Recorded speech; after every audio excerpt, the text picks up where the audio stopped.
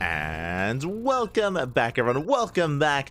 I apologize for the extended break, but we were just waiting for a series to open up for us. We do have some updates coming in, and Dark vs. Hero is mid-series. I think they're in game number 2 as we speak, and they were made available to us, but they're being covered and casted by a lot of casters. I think there's like 7 casters in their lobby. Meanwhile, we have a fresh series that we are diving into, and the winner of this series faces off against the winner of Dark and Hero. So we will eventually kind of meet up with everyone else, and we will all kind of head through this tournament together, starting from probably the next round. But for now, we have a TvP between these two lovely players. And spawning in the bottom left hand corner of Hecate, we have the South Korean Terran player representing himself. It is GuMiho, the ESL Masters Summer runner-up. And spawning in the top right hand corner, we have his opponent. We have the South Korean Protoss player representing himself as well. The returning player after quite a long retirement, but has since returned to competitive play in recent months. It is sOs. And we have been casting a lot of sOs recently, and that's a good thing, right? It's like sOs has been missing in action for quite a number of years at this point. Did end up leaving, did end up, I think, focusing on other aspects of his life. From my understanding, sOs has not completed military service. From my understanding, that hasn't been done yet. He just retired and was, I think he, got a job and was doing other things. I don't think he's gone into detail as to what he was doing these past couple of years. But now he has returned. He has since returned. Last season in WTL, he was competing for Abydos. He was competing for Team Abydos and Team Envy before that, and has been pretty active over the past couple of months. So it's been really great to see sOs return, but has yet to really flourish, I feel. We casted a lot of sOs in the GSL Code S qualifiers. I think that was 2 or 3 weeks ago.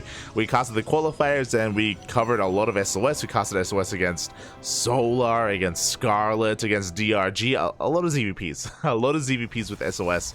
But I'm excited to see sOs against a Terran player now. I want to see what sOs can bring to the table. I want to see how much he's been improving since the GSL Code S qualifiers as well, because again, it did feel like there was a bit of a skill gap between sOs and the other players, at least during the qualifiers, but it's been almost a month since then. It's been quite some time, so in that time, how much have we improved? As the Reaper does dip into the main base, is looking to wreak havoc in the middle line, and already one probe is going to go down. Good amount of damage as the Reaper does dip on out of there. Meanwhile, in the main base, sOs is going for, interesting, a Stalker opener into a Sentry. So very safe play here out of sOs.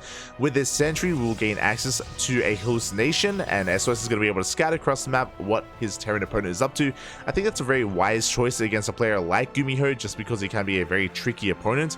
As we can see, this was a double gas opener, so GuMiho delayed his expansion in favor of his tech, in favor of the factory, and now the starport, and this is gonna get interesting. So we have a Widowmine on the way, the starport, I'm sure, for a medevac as well, to go for a bit of a drop, and this may even be a very Maru-esque drop, where we've seen Maru and Bjorn incorporate not just mine drops but also marine drops as well, in conjunction with Widowmines, to kind of snowball out of control and get a surprising amount of damage done.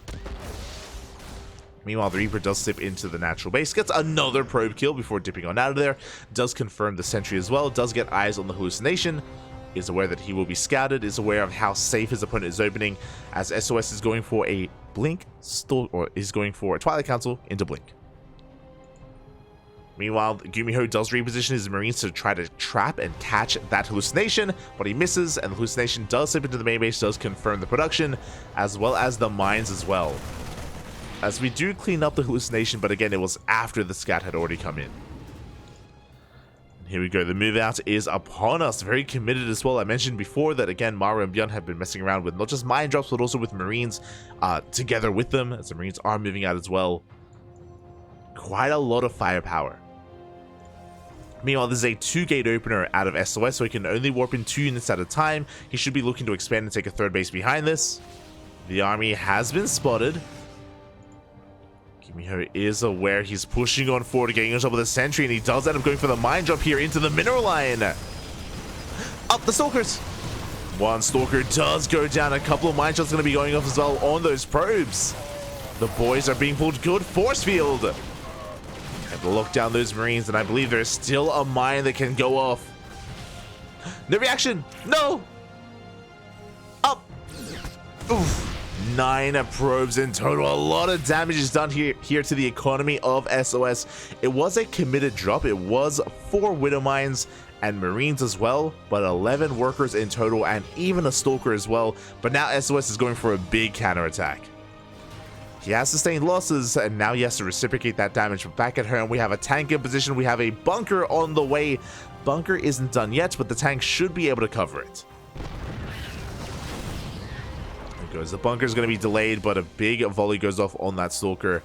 Meanwhile, in the main base, we have a second tank as well. Some good coverage from GuMiho, as he's going for some more harass, this time with a Raven. Raven is looking to slip into the main base. Again, bearing in mind that we have not researched the interference matrix. Interference matrix, that's it. I said anti-armor missile. So we are just going for some auto target harass. Good target firing. 2 probes go down. 2 workers in total. Meanwhile, the Prism is slipping into the main base, and GuMiho is not quite ready for this, but he does have an army in the main nonetheless. He can respond, he can react. Unless he does lose a couple of SCVs. Meanwhile, another auto turret here at the natural base, forcing a lot of less mining time.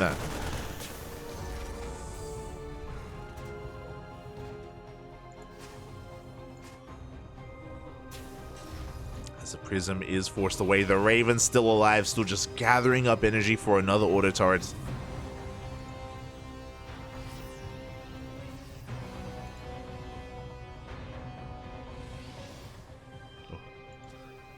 And GuMiho is just building up for a 2-base push. We're still waiting for Stim, but Stim is about to finish up in a couple of seconds. Combat Shields is on the way.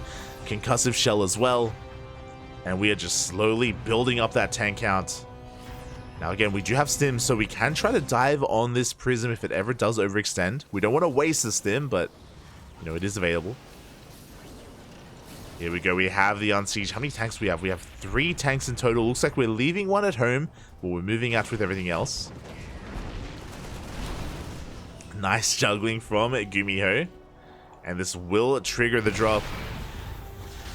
SOS does go in. He blinks on top of the tank, and he will get a kill on this tank. SOS is going to do quite a lot of damage here. Meanwhile, across the map, GuMiho is not slowing down. And what is he running into? 2 Colossus already. 2 Colossus. Sentries for force fields as well. Can GuMiho break this? Bearing in mind that he may have a Raven, but he does not have an interference. Sorry, an interference matrix. He cannot disable. Tanks are being focused now. Decent shots on the Colossus. As GuMiho sims on forward, takes down one of those sentries, will take down another, but the overcharge comes into play. The overcharge keeps the Colossus alive. SOS does hold, even chasing down some of these struggling Marines. Same time, Autotart coming in once again, trying to do what it can. GuMiho takes the 3rd base on location.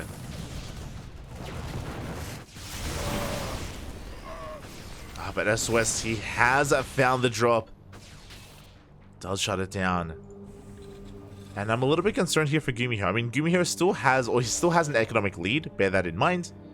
He is up in workers. This is something that, again, typically is not occurring here in TvP, especially because mules come into play. The Protoss wants to be up in bases and up in workers at almost all times. So GuMiho is in a better economic position, and that is reflected in the overall army. And here we go. We still on forward. The Colossus up. The juggling. The juggling's pretty good. SOS barely keeps him alive. Shuts down the mines. Shuts down the army. Oh my god. SOS. Is going to be able to go for a big counterattack. Mines are going down one after the other. That one observer coming in clutch, putting in a lot of work. And now GuMiho, what does he have left to defend? He has no tanks, no mines. We can see SOS, he's spoiled for choice. It's like, do I want the 3rd? Do I want the natural? What do I want to kill? Kill it all, Bobby. Kill it all. Vikings coming into play. Oh, one of the Colossus is going to go down. The boys are being pulled, and SOS is getting surrounded. The surrounders will is real. That we barely keep the Colossus alive, but there's only one left. But it's too much. GG gets called, and SOS will take game number 1. Oh my god. GG. SOS with some smooth micro there, barely keeping his Colossus alive for so long throughout that game. The juggling was looking good. Not just that, but also when it came to that initial hold as well. Remember, the first push at the third base was very nicely handled by SOS. Really clutch force fields, and again, really good positioning overall. So very nicely done. GuMiho, he had his moments and he had his windows that he could try to overcome and overtake SOS, but again, the defense was a little bit too good, and the control was looking quite good as well from SOS. So well done, GG, GG. Again, like coming. Hold on.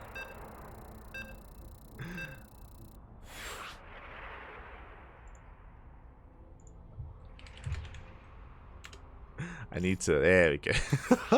I was about to play against GuMiho. We're good.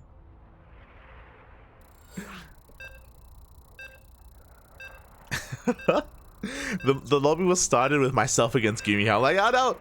I had to bail. It's all good. We're back in. We're back in. Getting into game number 2, and again, coming into this, I pegged GuMiho as the favorite player. You know, he is really in form at the moment again, and he came second in ESL Masters Summer. He's been looking damn good, and SOS a little bit less so, but that's also why I'm excited to see him kind of grow as a player and get back into form. And yeah, it wasn't looking too bad in that last game. We'll see if we can keep it up. As spawning in the top left hand corner of Oceanborn, we have the South Korean Terran player representing himself down in the series, but not out. Not yet. It is GuMiho.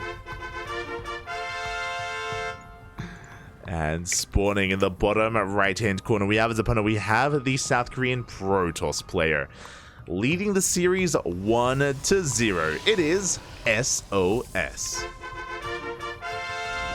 1 game away from knocking out GuMiho and advancing on in the tournament, which would be an insane result, to be honest. Again, GuMiho, I would say, is one of the favorite players to have a deep run here.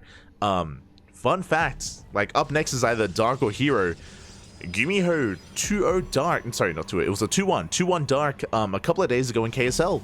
Like, GuMiho, he had a really good showing in the Korean StarCraft League less than a week ago. So again, he is looking good. He is in form.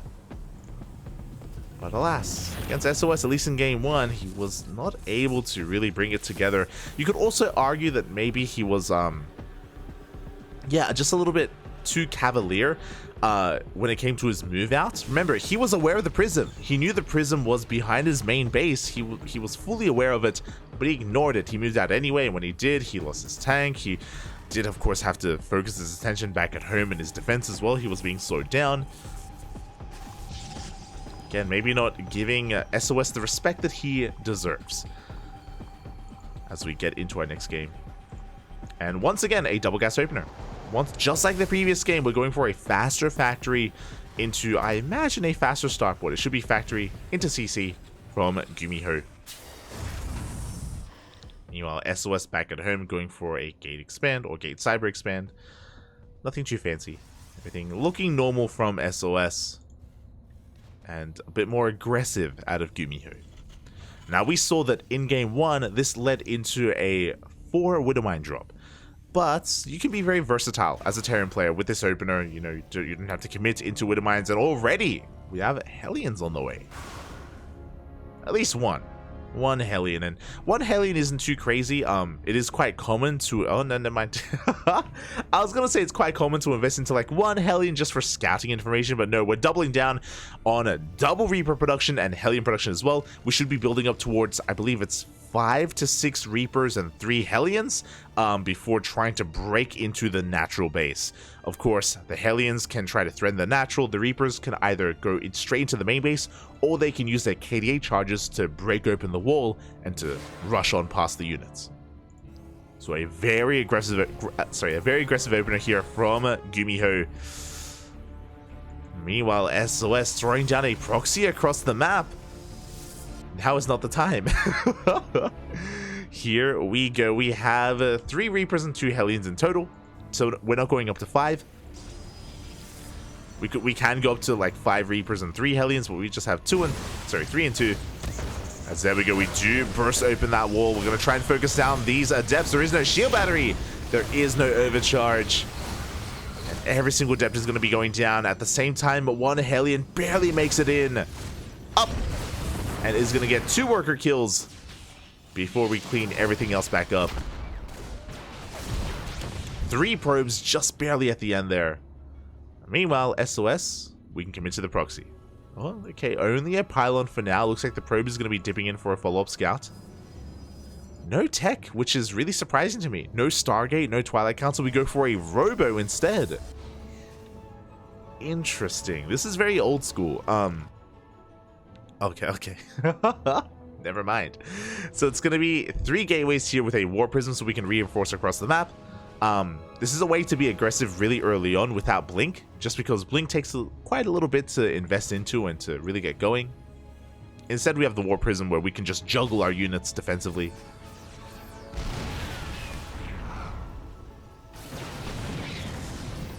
And there we go. With this Robot Opener, we can go into a faster Robotics Bay, into faster Colossus production.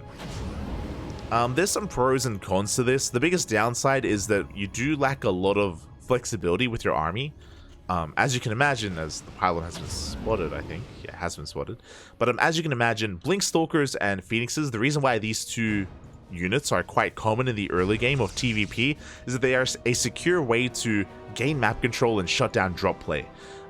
With a Robo-based opener, again, you get into faster Colossus, which makes your main army stronger. Yes, that is true, but you forego your defensive capabilities, right? It's like, when it comes to shutting down these drops, you don't have Blink Stalkers to chase them down. You don't have Phoenixes either.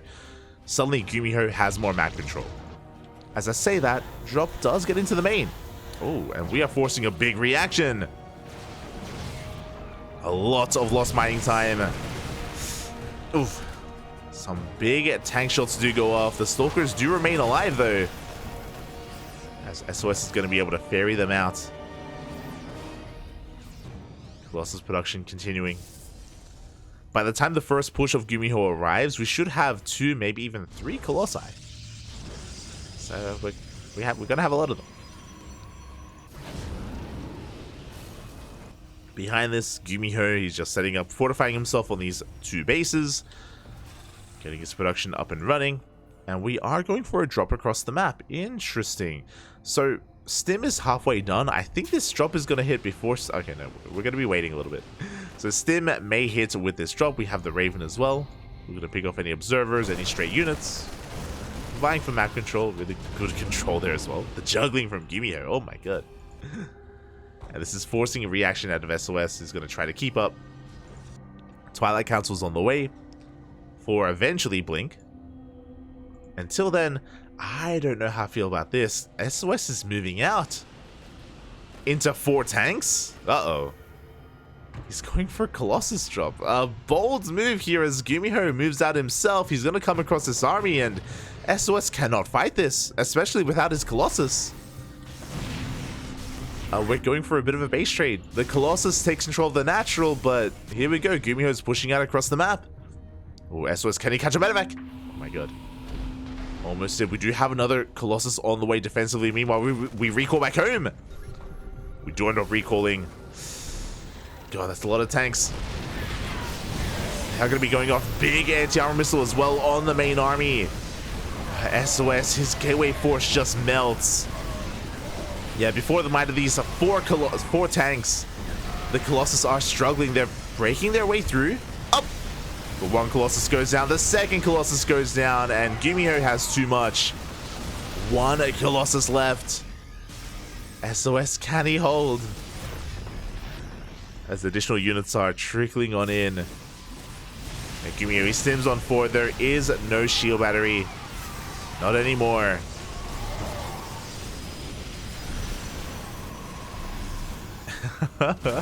Some cute juggling going on, but alas, it looks like GuMiho is just going to be snowballing out of control. He has too much. The tanks are out of range, and they're not quite going to add to this fight.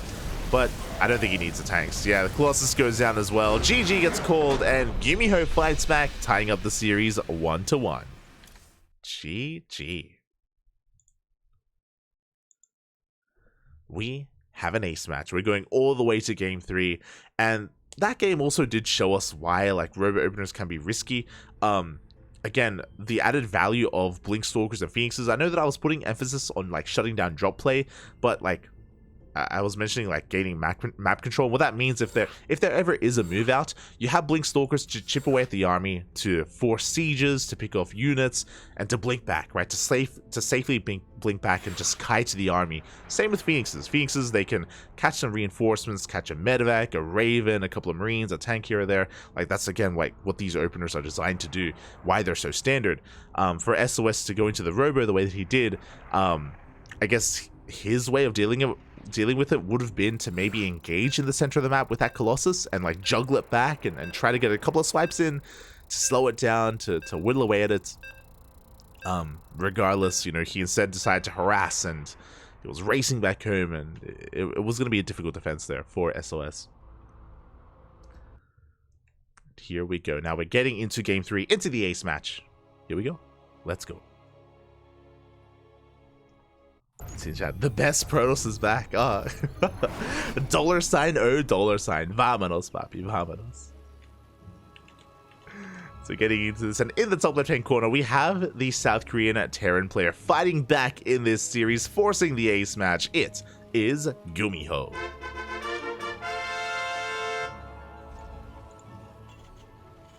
And spawning in the bottom right-hand corner, we have his opponent. We have the South Korean Protoss player, being forced into the ace match here, into the final game. It is SOS.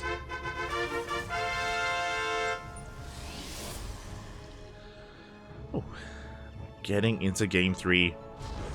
We'll see how we end up diverging from previous games. So far, every game this series, GuMiho has gone for double gas openers into delayed expansions. SOS has been mixing it up. He has been going for, remember, game 1 he went for a Twilight Council Blink Stalker opener. Game 2 was Robo. Game 3, Stargate, potentially. My eyes are really on SOS for what kind of opener he does decide to go for. Until then, going to be going for a Probe Scout, slipping into the main base. Once again, we see a double gas opener from GuMiho. He's been doing this every game so far this series. Has been less concerned with his economy, more concerned with being aggressive, being more tech heavy.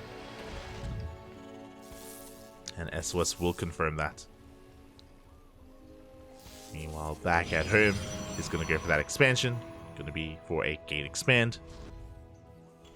Or gate cyber expand even.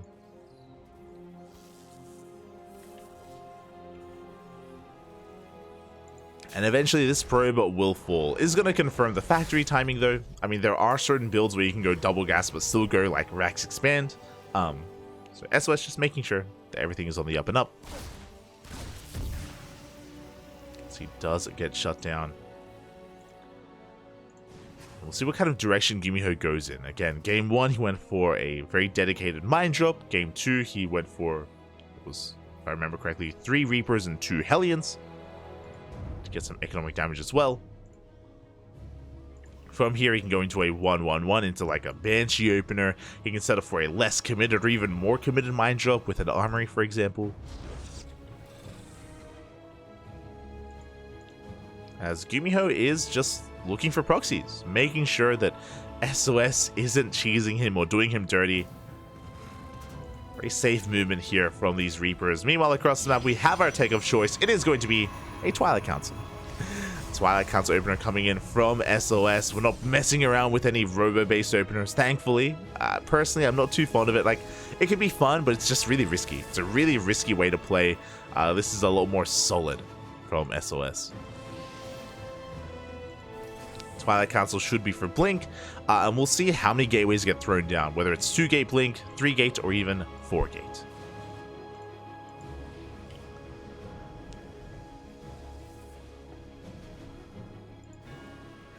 Meanwhile, just like game number 1, SOS does open up Sentry, or does make his second unit a Sentry, and he's going to be going for a Hallucinated Scout.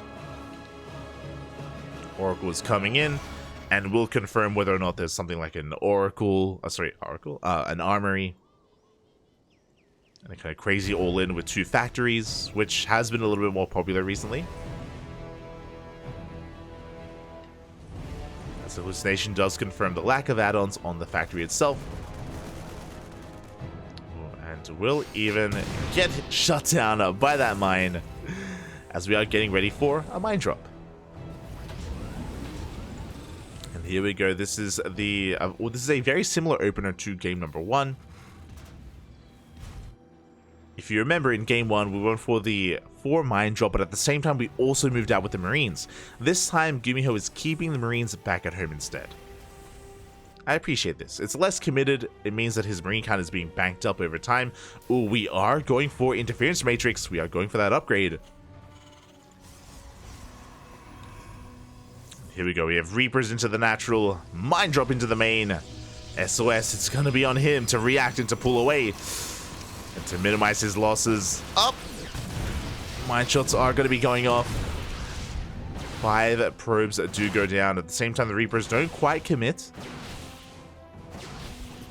And 1 Widow Mine will escape. So 3 Widow Mines for 5 probes. Not too bad. Not too bad. On top of that, we also did confirm the tech. We got eyes on the Twilight Council. Blink is done, and we're getting into a Robotics Bay for Colossus. So we even shut down the Reapers in the center of the map.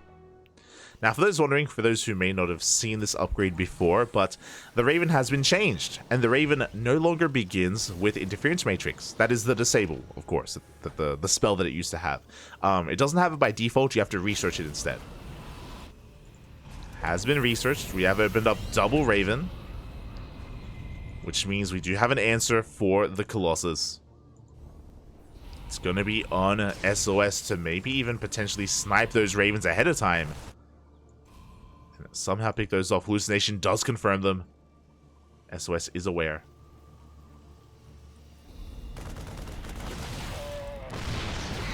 Marine goes down SCV as well. SOS dips in and dips out. Behind this, oh my god, we have quite a gateway explosion.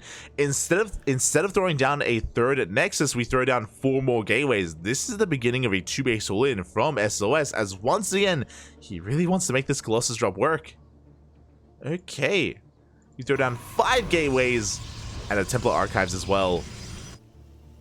Oh boy. Let's see how this works out. Meanwhile, GuMiho does throw down the 3rd CC. He is expanding behind this. SOS is as well, but this is a late expansion from our Protoss. As a Colossus slides into the main. But there is a tank in position. Oh, the tank is within range. Oh my god, getting quite a number of hits in already. And SOS only gets 3 SCVs. Not too sure if that was worth it, especially considering how softened up that Colossus is. At the same time, here comes a drop. That one Widow Mine from the start of the game is coming in. Oh! It's gonna go off. Ooh, barely doesn't. Ooh, that was close. But GuMiho, more importantly, he scouts the timing of the 3rd. He scans ahead of time. He's like, wait, what? Is this really your 3rd base? He confirms it is. That's a very late 3rd. I'm sure GuMiho is going to be... I mean, we'll see if he takes a more defensive position or if he moves out. He should be setting up defensively, though. As he stims on forward, trying to chase down these Stalkers. Bold move. Yeah, GuMiho, he's going for it. He unsieges. He's going to rotate around. I mean... honestly, he should be feeling pretty confident. That's a lot of energy on these Ravens. A lot of energy for disables. How many Colossi do we have? We have 1. We're getting into Immortal production instead. Scans ahead of time. SOS being a little bit out of position. The army sims on forward, and this 3rd base is going to be laid siege upon. Here we go. The disables on the Colossus, on the Immortals as well. Good feedback. So where's that splash damage? It just isn't there. The tanks will siege. They focus down the Colossus as well. The Colossus survives, but everything else. Everything else is going to be going down. Yeah, there's just too much here. Only a single immortal survives, and SOS will not be able to hold on to this third base. It's not going to happen. The Ravens may have gone down, but they've done their job. No other high-tech units left. And it was a rough start to the engagement as well from SOS. He was out of position. He will clean up the army, but he lost his third base. Meanwhile, GuMiho is happily mining on 3 bases of his own. He's ahead in economy, ahead in production. And he can just rebuild, remax. He comes back in with the drop. Oof. And SOS just cannot keep up, not with this army.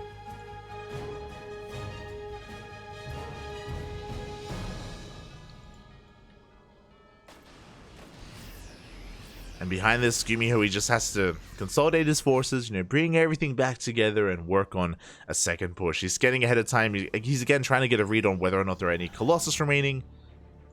If there are, where are they?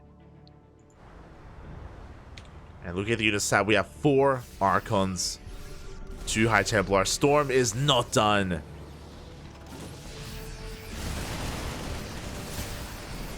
The Vikings, they can even focus down the Prism as well, and they will get the War Prism. There were 2 High Templar inside it. Waiting for Storm, and Storm, it's not going to finish. Not for them anyway. As GG does get called. GuMiho, just with an overwhelming army, takes down the third base, takes game 3, and GuMiho advances on to the next round. GG. GG, well played. GuMiho redeems himself and does take game 2 and game 3, knocking SOS out of the tournament. But a shout out to SOS because it was great to see him again. Great to see him force GuMiho into the ace match as well. Unfortunately, wasn't enough to overcome him and surpass him. But nonetheless, was great to see him. When it comes to game 3, again, it was a little bit odd how SOS was playing in a way that that it felt very all in, but he still tried to expand. So he was kind of caught between 2 worlds. Like if you're staying on 2 bases that long, and if you're throwing down that much production, may as well commit to the all in. For him to like also try to probe and try to expand, like he's just getting the worst of both worlds in the end, and he wasn't able to sustain himself, wasn't able to hold on to that base. I'm pretty sure after SOS saw the 2 Ravens, he was like, no shot. He's like, I think he made the decision then and there not to invest into further Colossus, but then it's a bit of a waste of a bay, right? That it's kind of a waste of tech to invest into a robotics bay in that direction, for you not to really use it and only have 1 Colossus in the end and try to switch into immortal production instead to try to have a bit of a different army. Regardless, GG, well played. We are getting ready for our next series. Here we go. Exclamation mark B in the chat if you want to have a look at the bracket yourselves, because we have quite a lot going on.